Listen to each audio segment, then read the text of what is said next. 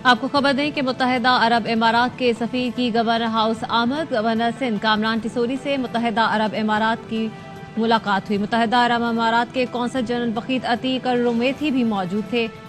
जो इमाराती सफ़ीर हैं हम्माद उबैद अल ज़ैदी, ये गवर्नर हाउस पहुंचे हैं और गवर्नर सिंह से अहम मुलाकात की है। और मुलाकात में ये खुशखबरी सामने आई है कि पाकिस्तानियों के जो यूएई के वीज़े के मसाइल थे वो हल कर लिए गए हैं और अब हर पाकिस्तानी 5 साल का यूएई का वीज़ा हासिल कर सकता है। इस मुलाकात में जो इमाराती सफ़ीर हम्माद उबैद अल ज़ैदी, इन्होंने ये ऐलान किया है और गवर्नर सिंह को जो है वो कल दावत दी है कि वो जो है कराची में कायम वीज़ा सेंटर भी आएँ और उसका दौरा करें। तो पाकिस्तानियों के लिए जो वीज़े के मसाइल थे वो हल कर लिए गए हैं और 5 साल का वीज़े की जो है वो इजाज़त जी। मिल गई है। इसके साथ साथ गवर्नर सिंह ने